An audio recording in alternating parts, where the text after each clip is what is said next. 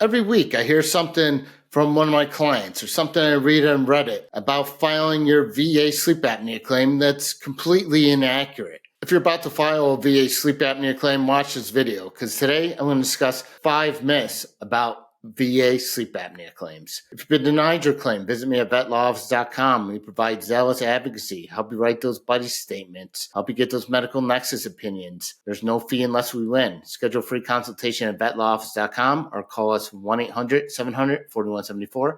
But for now, let's get into it.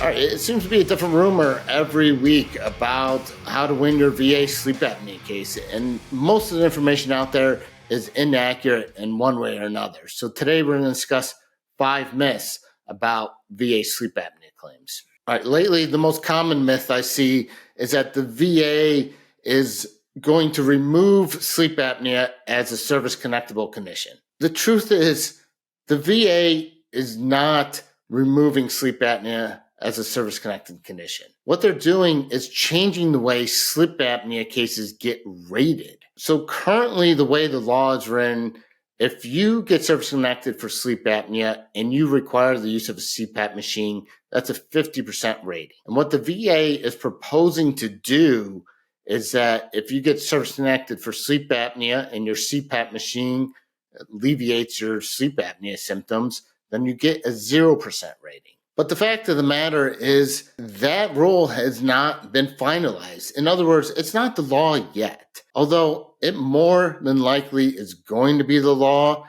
they haven't finalized it yet. Now they're talking about maybe at the end of this year, but they've also keep moving that date. The VA's moved it 3 or 4 times already. Yeah, I think eventually they're going to change the new rating criteria, but that also doesn't mean that everyone's going to get 0% who files for sleep apnea. I've done other videos discussing how you could get that from 0 to one of the higher ratings they're proposing.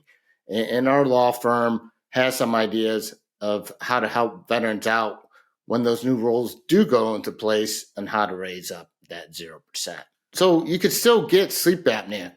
If you're going to file for it, go file for it before it does change. All right. The second most common myth I see about VA sleep apnea claims is that sleep apnea is a presumptive condition under the PACT Act. So a presumptive condition is a condition where you don't need a medical nexus opinion to link that condition to your service. It's presumed. So the PACT Act has a list of certain presumptive conditions. Many of them are respiratory in nature, but unfortunately, sleep apnea is not one of them. However, the PACT Act does have some presumptive conditions where you could secondarily link sleep apnea to. For example, our law firm routinely links sleep apnea to claims like asthma, rhinitis, sinusitis. All those are PACT Act presumptive claims. So even though sleep apnea itself is not a PACT Act presumptive claim, you might be able to link it to other PACT Act presumptive claims you may be service-connected for. Also, on the same note as the PACT Act, I would be careful linking sleep apnea to TARA or toxic exposure. There might be some support there, but I think there's stronger ways to win your sleep apnea claim, and I'll talk about those later in this video. The third most common myth I see about VA sleep apnea claims is if the VA diagnosed me and prescribed me a CPAP machine, I'm getting automatic 50%. I mean, not quite. And I hear this one a lot. Just because the VA treats you or diagnoses you with something, that is not usually an admission that your condition's related to service. Usually what the doctors are doing, unless they're a CMP examiner, has nothing to do with your VA claim. You could use their reports as evidence, but them saying, hey, we're going to treat you for this condition isn't them saying you should be service connected for this. You still have to prove some other elements. You have to prove why you think your sleep apnea is related to service. And there's a couple different ways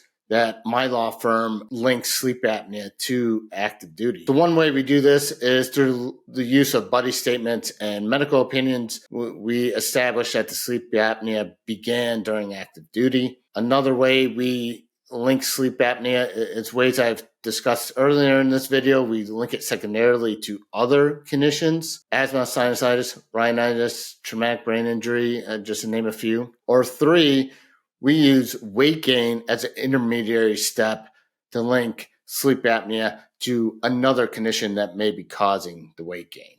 And I'll talk more about that claim also later in this video. Sleep apnea claims can be tricky. Get help if you need it. There's lots of ways to do it, but it does take the right evidence and some persistence. All right, the fourth most common myth I see in regards to VA sleep apnea claims is if the C&P examiner says your sleep apnea is due to obesity, your claim's dead in the water. That's not true. In fact, our firm, we like when the examiners say it's due to obesity, because a common way we win sleep apnea cases is by saying this other service-connected condition caused him to be obese and then caused the sleep apnea. You're allowed multiple links in the chain of causation under the VA system. So mental health claims that may result in lack of motivation or emotional eating could lead to weight gain and obesity. Maybe you have severe physical issues, like your back is all messed up, or you have severe radiculopathy and you can't exercise the way you used to.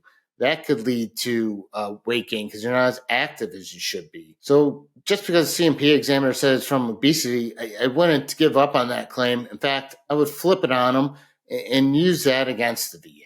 So no, the C&P examiner saying that your sleep apnea is related to obesity, you're not dead in the water. In fact, you could use that to win. All right, and the fifth most common myth I see when it comes to VA sleep apnea claims is a psychologist could provide you an adequate medical nexus letter. There's a few people out there online who are selling nexus letters, and they are just psychologists with PhDs. I've said it many times before. Be careful of who you're paying to get your medical nexus letter. A psychologist is not competent to give an opinion on whether or not a physical condition is being caused by a mental health condition. Now, maybe the psychologist could say things like, well, his depression is leading to lack of motivation or emotional eating, but then you're going to need a medical doctor or a physician's assistant or even a nurse practitioner for that second part of the opinion, which is, well, that in turn caused weight gain and that weight gain led to sleep apnea. Again, I wouldn't use a psychologist for a VA medical nexus opinion trying to link sleep apnea. Even if it is to a mental health condition, I still think you need a medical expert to sign off on that nexus letter. And that does it for this episode of VA Made Easy. Those are 5 myths you need to know about your VA sleep apnea claim. If you need help with your sleep apnea claim, visit me at vetlawoffice.com. Free consultations, no fees unless we win, or call 1-800-700-4174. Keep liking, keep sharing, keep subscribing, and as always, you have the power to change your VA claim.